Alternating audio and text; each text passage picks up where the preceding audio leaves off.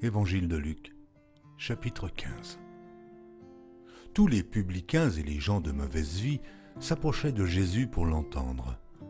Et les pharisiens et les scribes murmuraient disant : « Cet homme accueille des gens de mauvaise vie et mange avec eux. » Mais il leur dit cette parabole. « Quel homme d'entre vous, s'il a 100 brebis, et qu'il en perde une, ne laisse pas les 99 autres dans le désert pour aller après celle qui est perdue, jusqu'à ce qu'il la retrouve.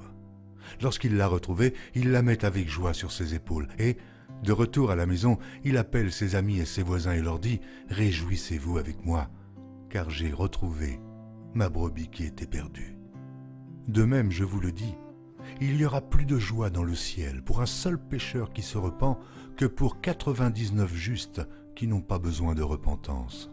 Ou quelle femme, si elle a 10 drachmes et qu'elle en perde une, n'allume une lampe, ne balaie la maison et ne cherche avec soin jusqu'à ce qu'elle la retrouve.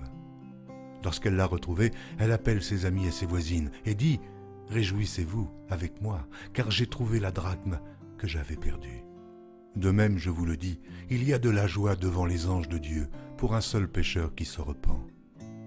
Il dit encore : un homme avait 2 fils. Le plus jeune dit à son père : « Mon père, donne-moi la part de bien qui doit me revenir. » Et le père leur partagea son bien. Peu de jours après, le plus jeune fils, ayant tout ramassé, partit pour un pays éloigné, où il dissipa son bien en vivant dans la débauche. Lorsqu'il eut tout dépensé, une grande famine survint dans ce pays, et il commença à se trouver dans le besoin. Il alla se mettre au service d'un des habitants du pays, qui l'envoya dans ses champs garder les pourceaux.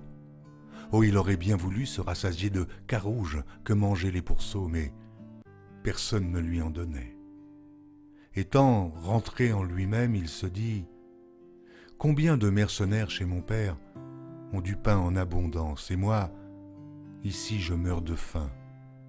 Je me lèverai, j'irai vers mon père, et je lui dirai : Mon père, j'ai péché contre le ciel et contre toi, et je ne suis plus digne d'être appelé ton fils. Traite-moi comme l'un de tes mercenaires. » Et il se leva et alla vers son père. Comme il était encore loin, son père le vit et fut ému de compassion. Il courut se jeter à son cou et le baisa. Le fils lui dit : « Mon père, j'ai péché contre le ciel et contre toi. Je ne suis plus digne d'être appelé ton fils. » Mais le père dit à ses serviteurs : « Apportez vite la plus belle robe et l'enrevêtez. Mettez-lui un anneau au doigt et des souliers aux pieds. Amenez le veau gras et tuez-le. Mangeons et réjouissons-nous. Car mon fils que voici était mort et il est revenu à la vie. Il était perdu et il est retrouvé. » Et ils commencèrent à se réjouir. Or, le fils aîné était dans les champs. Lorsqu'il revint et approcha de la maison, il entendit la musique et les danses. Il appela un des serviteurs et lui demanda ce que c'était. Ce serviteur lui dit : « Ton frère est de retour et, parce qu'il l'a retrouvé en bonne santé, ton père a tué le veau gras. » Il se mit en colère et ne voulut pas entrer. Son père sortit et le pria d'entrer. Mais il répondit à son père : « Voici, il y a tant d'années que je te sers, sans avoir jamais transgressé tes ordres, et jamais tu ne m'as donné un chevreau pour que je me réjouisse avec mes amis. Et quand ton fils est arrivé, celui qui a mangé ton bien avec des prostituées, c'est pour lui que tu as tué le veau gras ? Mon enfant, lui dit le père, tu es toujours avec moi, et tout ce que j'ai est à toi.